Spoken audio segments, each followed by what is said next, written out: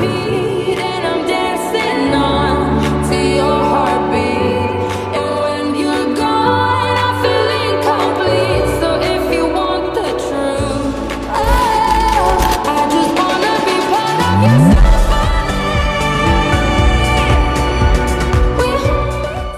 Hai, nama saya Dila Manca, mahasiswa.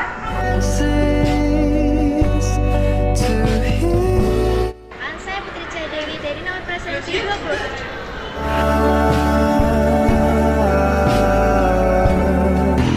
Hai, saya Najwa Aurelia Isti dari presensi 25. Kelompok kami akan mewawancarai narasumber yang berprofesi sebagai teknisi di salah satu provider Wi-Fi.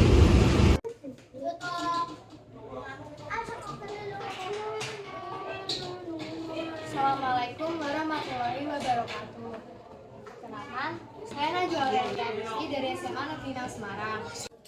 Di sini, saya akan mewawancarai narasumber yang berprofesi sebagai teknisi di salah satu provider Wi-Fi. Untuk selanjutnya, kita sudah bersama narasumber yang akan diwawancarai. Dan kita akan memperkenalkan narasumber kita.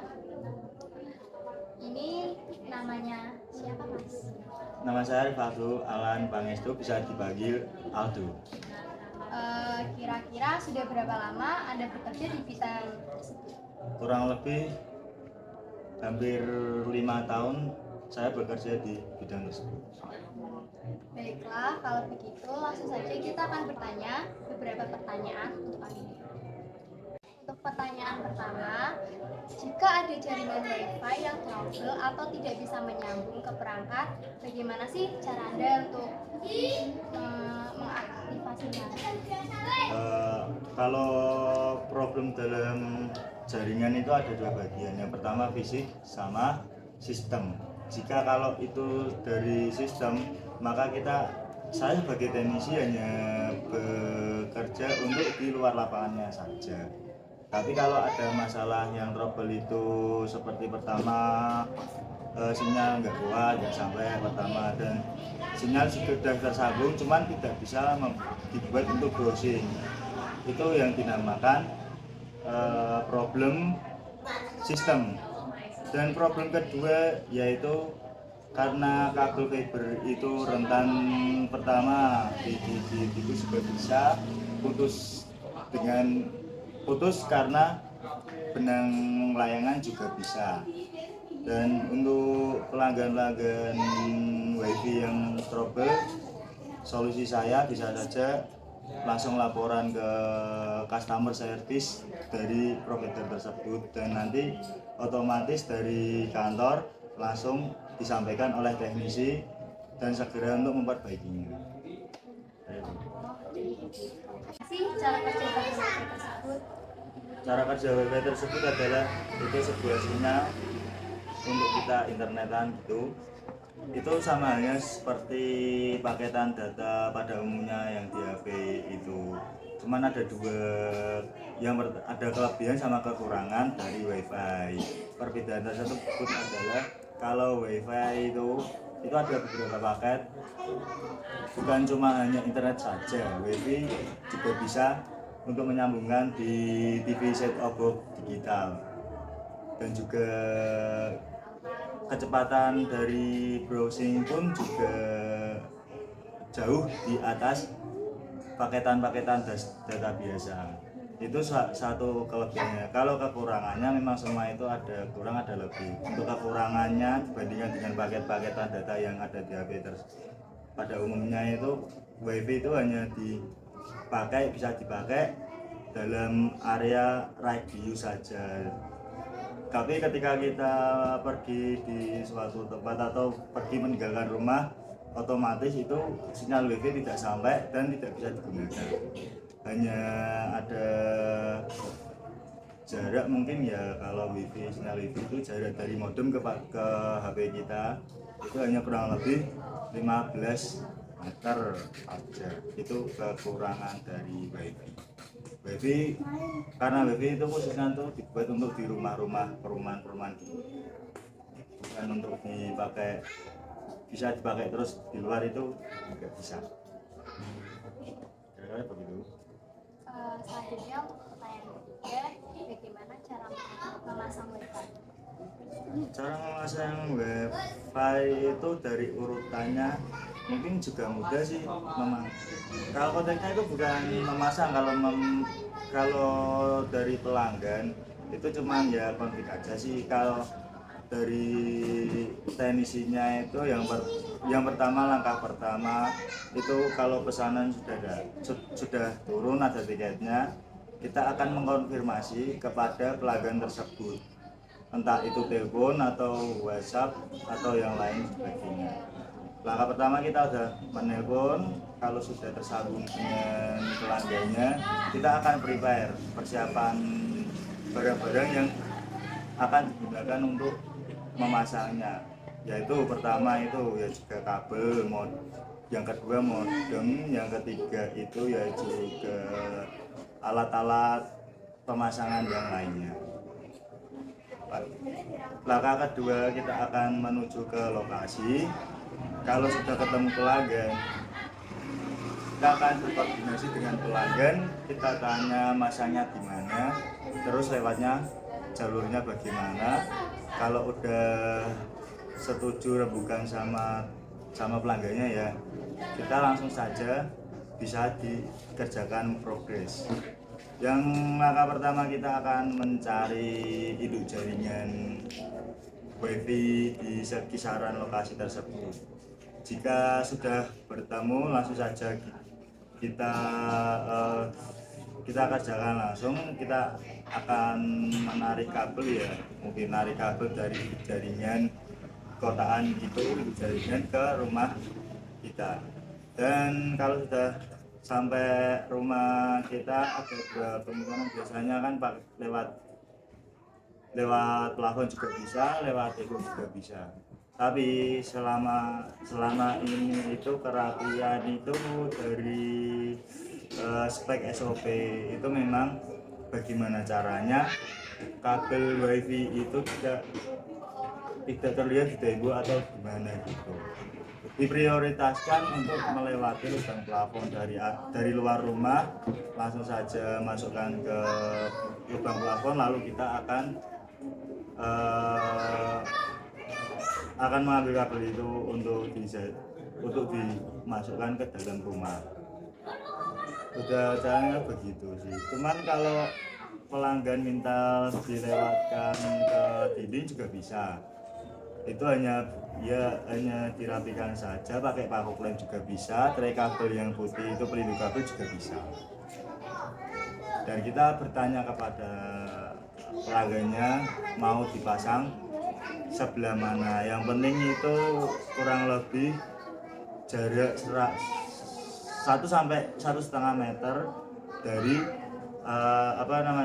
cucupan listrik. Karena kabel power itu hanya kisaran itu cuman ya sekitar 1 meter saja. 1 meter lebih itu sudah tidak nyata. Kita jadi usahakan untuk dekat dengan kabel listrik, entah itu modem itu mau ditaruh di meja apa ditempel ke tembok juga, yang penting dekat gitu aja. Untuk pertanyaan keempat, apa saja peralatan yang disediakan untuk memasang wifi? Alat-alat itu termasuk modem, kabel, testing charger, itu alat-alat dari kantor, dan juga toolkit ada itu ada tangkenit, PNS, dan juga alat grinding untuk menyambung kabel. Baiklah, untuk pertanyaan kelima, pendidikan apa yang Anda tempuh untuk mendapatkan profesi ini? Sebetulnya kalau saya itu tim bagian lapangan itu tidak minimal SMA. Tapi itu semua itu harus melakukan seleksi pemilihan, jadi nggak harus sampai kuliah, minimal SMA gitu aja untuk kelas bagian lapangan. Untuk pertanyaan keenam, mengapa jika mati listrik wifi tidak bisa menyala? Karena modem wifi itu harus nano sama kabel power ya, power itu juga sama dengan seperti TV, VCD dan juga cecesan, harus pakai listrik. Kalau mati ya juga ikut mati modemnya, kalau listrik mati juga modem juga ikut mati. Pertanyaan ketujuh, apa alasan Anda untuk memilih profesi ini?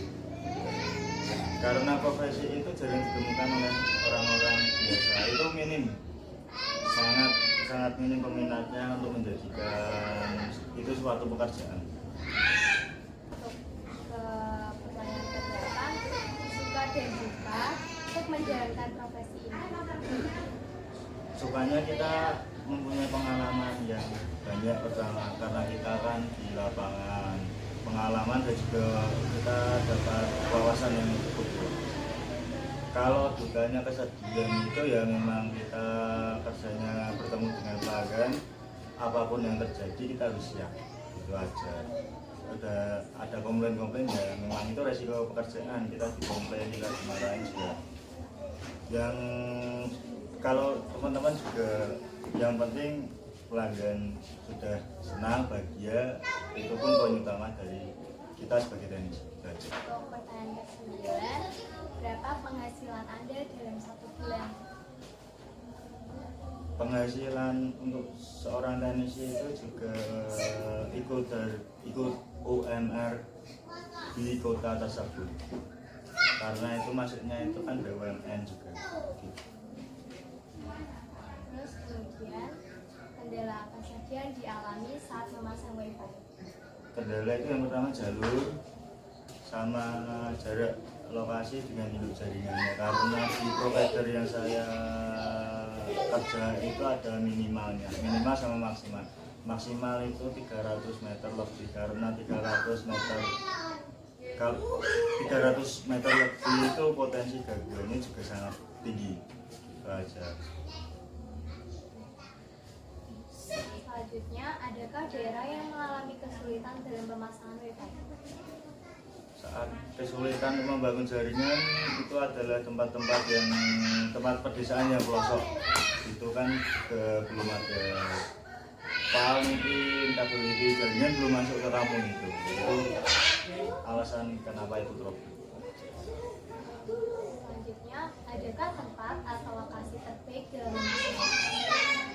Lokasi terbaik adalah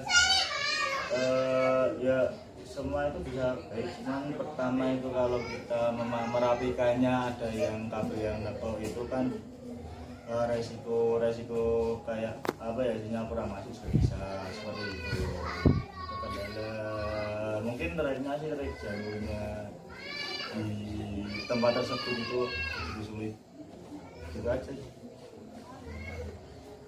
Pertanyaan ke-13, benda apa saja yang dapat mempengaruhi sinyal wifi? Benda itu selama kabel fibernya itu tidak cepet itu nggak apa-apa sih, mau ditutupin genting apa batu asal jangan ditutup aja. Itu fiber itu nggak kayak kabel fiber itu di dalamnya itu bukan kawat atau apa, tapi memang benar-benar fiber dari kaca, dan itu pun kalau putus nggak sebaliknya bisa nyambung, harus ada alat khusus untuk penyambungan itu. Selanjutnya, pertanyaan ke-14, apa kelebihan wifi daripada kuota 1? Kelebihannya itu bisa kecepatannya itu kalau kuota pakai data itu hanya maksimal 2-3 Mbps, sedangkan wifi itu minimal kecepatannya 20 Mbps, jadi beberapa 10 kali lipatnya lah kecepatannya seperti itu. Dan sekarang itu modelnya itu unlimited, jadi memang stabil gitu. Untuk masalah pembayaran juga, jadi mau pakai ya dipakai ya, jatuh temponya pembayarannya itu nggak kurang nggak lebih seperti itu. Baiklah, untuk pertanyaan terakhir, jelaskan mode akses koneksi pada wifi. Mode akses itu juga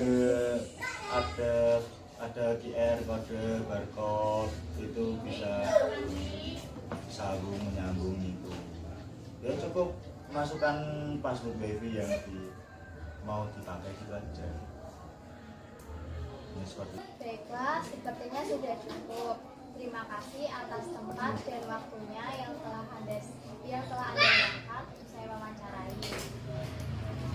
Sekian dari saya. Bila ada kata atau